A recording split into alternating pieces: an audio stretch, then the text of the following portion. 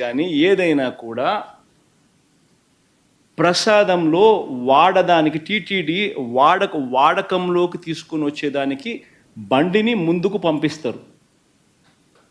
లేకపోతే vehicle it self will not even go forward. లేకపోతే అసలు ముందుకు కూడా పోదు. రిజెక్ట్ ఆ 3 శాంపుల్స్లో ఏది పాస్ కాకపోయినా కూడా అసలు నీకు అసలు శాంప్లింగే అసలు నీకు అసలు ఆ బండి ముందుకే పోదు, ఆపేస్తారు, రిజెక్ట్ చేసేసి వెనక్కి పంపించేస్తారు. దట్ ఈస్ ప్రక్రియ. This is compulsory. మరి నేను అడుగుతా ఉన్నది ఒకటి, చంద్రబాబు నాయుడు మరి ఏదైనా కానీ రిజెక్ట్ అయిపోతే అసలు నువ్వు వాడే అవకాశమే లేదు, వాడే పరిస్థితి లేదు. మరి అలాంటప్పుడు అది వాడారని, అవి నాసిరికమని, యానిమల్ ఫ్యాట్ అని ఇలా రకరకాలుగా చెప్పడం అబద్ధాలు కాదా? ధర్మమేనా, న్యాయమేనా అని అడుగుతా ఉన్నా. నేను ఇంకొకటి కూడా అడుగుతా ఉన్నా. ఈ మాదిరిగా ఈ 3 సార్లు ఈ క్వాలిఫై అయిన ఈ నెయ్యి సప్లై చేసే సంస్థ కానీ, ఈ క్వాలిఫై అయిన ఈ సంస్థలు ఎవరైతే ఉంటారో వాళ్ళు national accreditation boards for labs నుంచి సర్టిఫై చేసిన సంస్థ నుంచి ప్రోడక్ట్ క్వాలిటీ సర్టిఫికెట్ తీసుకుని రావడమే కాకుండా ఆ తర్వాత ఇక్కడ టీటీడీలో 3 శాంపుల్స్ తీసుకుని 3 రిపోర్ట్స్ మళ్ళీ పాస్ అయితేనే ఇవి వాడకంలోకి తీసుకొని వస్తారు. మరి అలాంటప్పుడు ఈ కార్యక్రమం కూడా ఇదేదో కొత్తగా ఇప్పుడు జరిగేది కాదు. ఈ ప్రొసీజర్ కూడా ఈ రకంగా 3 శాంపుల్లు తీసుకోవడము, ఈ రకంగా 3 శాంపుల్స్ పాస్ అయితేనే దీన్ని వాడకంలోకి తీసుకొని రావడం, ఇవన్నీ కూడా కొత్తగా ఇప్పుడు తీసుకొచ్చినటివి కాదు. ఇవన్నీ కూడా దశాబ్దాలుగా ఉన్నటివి ప్రక్రియ, ప్రాసెస్. చంద్రబాబు నాయుడు గారి హయాంలో 2014 నుంచి 19 మధ్య 14 నుంచి 15 సార్లు రిజెక్ట్ చేసినారు. ఏ మాదిరిగా 14 to 15 టైమ్స్ చంద్రబాబు నాయుడు గారి హయాంలో రిజెక్ట్ కూడా చేశారు. ఈ మాదిరిగా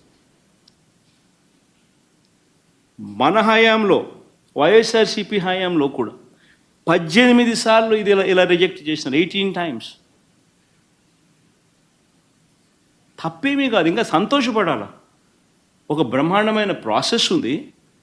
ఆ ప్రాసెస్ ఎంత గట్టిగా పనిచేస్తూ ఉంది అని అంటే ప్రతి ట్యాంకరు వచ్చిన తర్వాత 3 సార్లు ఆ శాంపుల్స్ టెస్ట్ చేసి దాంట్లో ఉన్న పదార్థాలను 3 శాంపుల్స్ దాన్ని టెస్ట్ చేసి 3 టెస్టులు పాస్ అవుతేనే దానికి యాక్సెప్ట్ చేస్తూ లోపలికి పంపించే కార్యక్రమం చేస్తారు అన్న ఒక మంచి రోబస్ట్ ప్రాక్టీస్ అనేది ఏదైతే ఉందో ఆ రోబస్ట్ ప్రాక్టీస్ను దాన్ని నువ్వు బ్రహ్మాండమైన ప్రాక్టీస్ ఉంది అని చెప్పి సంతోషపడాల్సింది పోయి, గొప్పగా ప్రాక్టీస్ ఉందని చెప్పి ప్రపంచానికి చెప్పాల్సింది పోయి, మనం చేస్తూ ఉన్న పని ఏమిటి? అబద్ధానికి రెక్కలు కడతా ఉన్నాం, జరగనట్టుగా చెప్తా ఉన్నాం.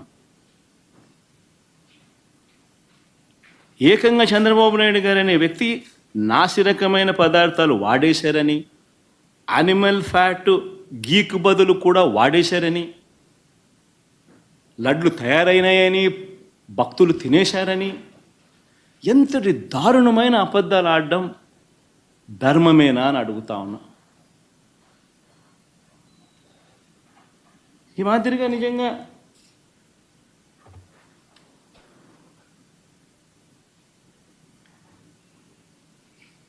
ఆశ్చర్య కలిగించే విషయం ఇంకొకటి చెప్పాలి. అసలు ఈ రిపోర్టు, రిజెక్ట్ అయిన రిపోర్టు మొట్టమొదటిసారి జూలై 12వ తారీఖున, అంటే ఎవరి హయాంలో, ఎవరు ముఖ్యమంత్రి? జూలై 12వ తారీఖున శాంపుల్స్ తీసుకున్నారు. అంటే ఎవరు ముఖ్యమంత్రి, ఎవరి హయాంలో ఇది? చంద్రబాబు నాయుడు గారు సాక్షాత్తుగా ముఖ్యమంత్రిగా ఉన్న హయాంలో. ఆయన జూన్ 4న ఎన్నికల్లో రిజల్ట్స్ అయినాయి. జూలై 12 ఆయనే ముఖ్యమంత్రి. ఆయన ముఖ్యమంత్రిగా ఉండగా శాంపుల్స్ జూలై 12వ తారీఖున శాంపుల్స్ తీసుకున్నారు. వచ్చిన ట్యాంకర్, ఒక ట్యాంకర్ తిరుపతికి ఆ టైంలో వస్తే ఈ నెయ్యి సప్లై చేసే ట్యాంకర్ వస్తే దాంట్లో నుంచి శాంపిల్స్ తీసుకున్నారు. ఈ శాంపుల్ను 17వ తారీఖున 17th అంటే వాళ్ళ టెస్టులన్నీ చేసి, ఆ 3 టెస్టులు అక్కడే వాళ్ళు చేస్తారు. చేసిన ఆ టెస్టులు సరిగ్గా రాలేదు కాబట్టి ఆ శాంపుల్స్ను 17వ తారీఖున NDDBకి పంపించినారు, నేషనల్ డైరీ డెవలప్మెంట్ బోర్డుకు. వాళ్ళు 23వ తారీఖున రిపోర్ట్ ఇచ్చినారు.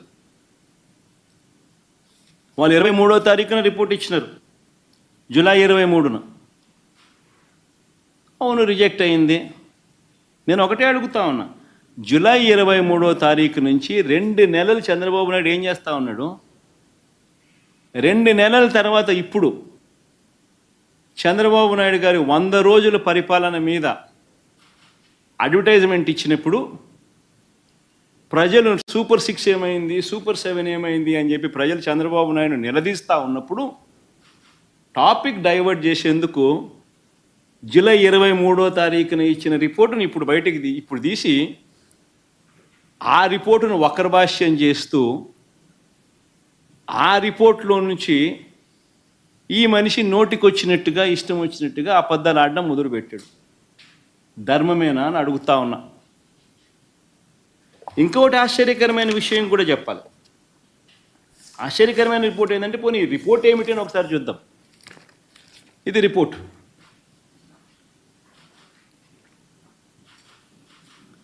ఈ రిపోర్ట్ చూస్తే ఈ రిపోర్ట్లో కూడా ఏమని కనిపిస్తూ ఉంది?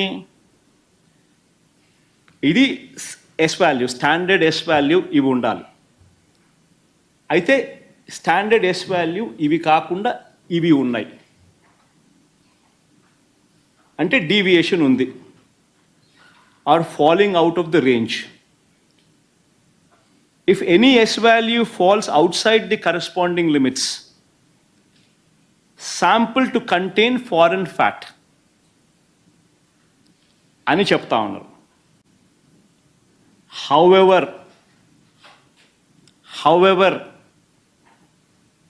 under the circumstances listed before,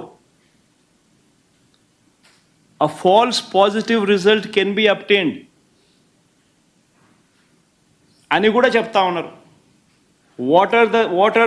What are those kind of circumstances అని చూస్తే, if the sample is obtained from bovine milk other than cow's milk,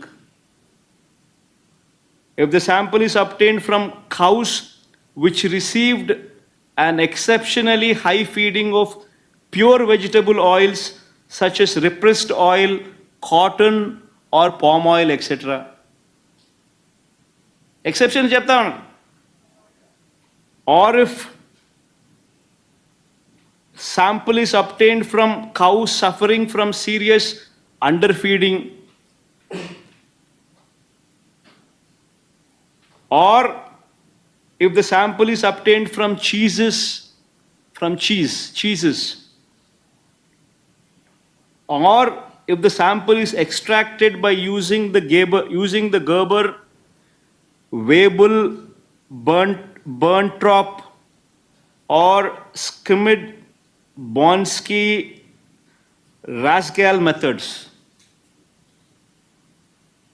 అంటే ఇవి